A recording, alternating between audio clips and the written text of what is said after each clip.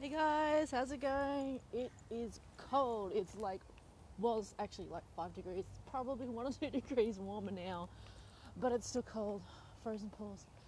Anyways, on D and S. Well, came across somebody who said, well, I've got my whole playlist, consent checklist, and all sorts of other stuff, but how do you go about writing up one for dominance and submission? This is a tricky one because even though there are actions that can denote, dominance and and submission, it's not. I don't know if it's actually actions that you do, like say flogging, caning, kneeling, all that sort of stuff.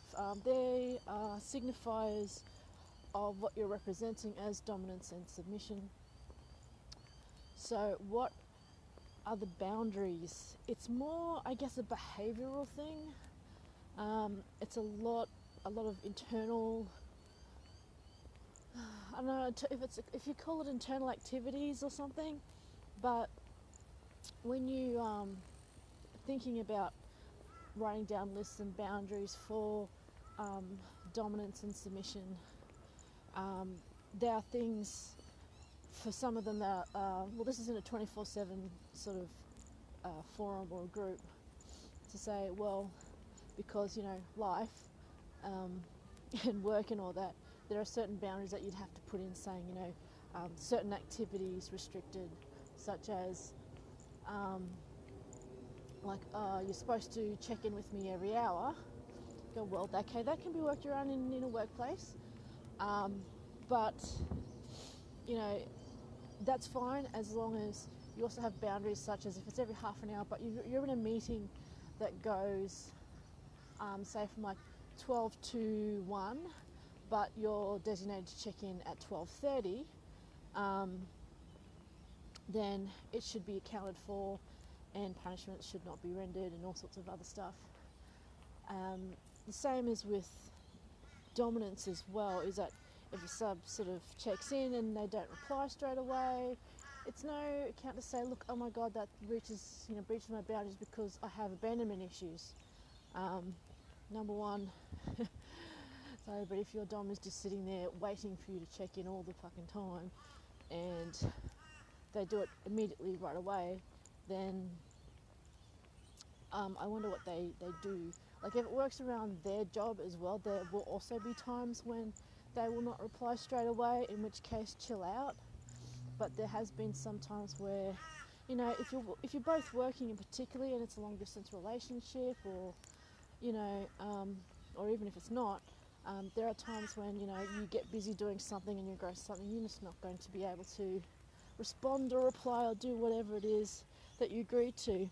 Now, agreeing to what's in the dominance and submission,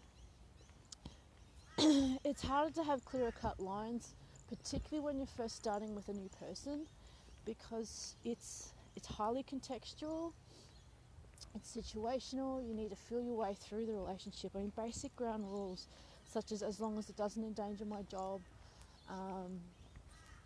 such as like if you have children, like every second week or every so often or whatever, at certain times you may or may not interact.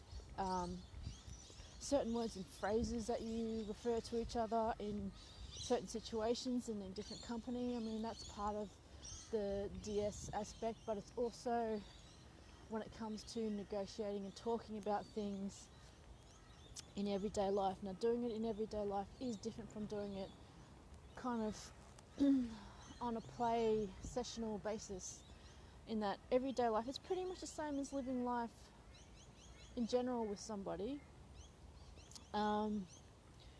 Some people believe that there's more awareness within the DS aspect or in the dynamics and in kink. I don't believe that's true. I believe there's just a different framework that you're viewing it from. There's a few more rules in general, but again, it depends on what you've negotiated with your person, or with the people that you're involved with. To write up a definite yes and no list is more about the practicalities, checking in, and the way you I guess, would refer and respect each other's boundaries and their positions. Not only that, but their knowledge as well, such as, you know, I am an S-type, but that doesn't mean that I can't take over certain projects to do with business, our, you know, appointment schedules or whatnot, and to say, okay, look, we're going here today to do this. Is that to say that my D is not D'ing? No, he's allowed me to do that. But then he will say things like, okay, well, we're doing too much social stuff. I want you to blank out this weekend. And I go, okay, fair enough.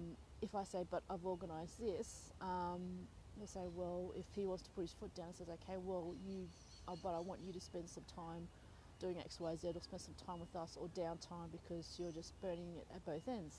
I go, well, okay, thank you. I respect that observation, because there are times when either or, subs and doms, will take on too much, and it is a part of the relationship and dynamic where you will not push it too much and wear yourselves out, because you do have to have time for each other as well, not just in play, but time to get to know each other and not just play knowledge. That's the whole thing about the 24/7 DS long term. Knowing each other's foibles and things. I mean, it's awesome that even after, like, I don't know, years and years, you can still find out new things about somebody. You know, go out and explore, spend some time, just chill, and just appreciate each other. So, I'm talking about dominance and submission. What are your ideas about what are dominant and submissive? I don't know, acts is the right word, but it's more like attitudes, thoughts, not really procedures, but just ways that you go about things. Why does it signify to you dominance and submission? How contextual is it? You know, I've talked about before different acts that people call inherently dominant and submissive, and actual certain positions that people call inherently dominant and submission, which I don't really adhere to. It's more about who has the final say and who lets them have the final say in certain aspects. Like I could be, you know, dominant in certain areas, but the fact is everything is negotiated, considered and talked with respect to boundaries. So I'll leave that to you for this really chilly Tuesday morning. And if anyone's in the city or works in the city, from about 7:30 to 10:30 the roads will be clogged apparently. Thank goodness I actually get up much earlier than the people who are going to be causing a bit of a ruckus in the city. I think it'll be a bit too cold for them. It'll be interesting to see, because this week there's going to be single digits out. So anyway, hope you guys have a good day. See ya.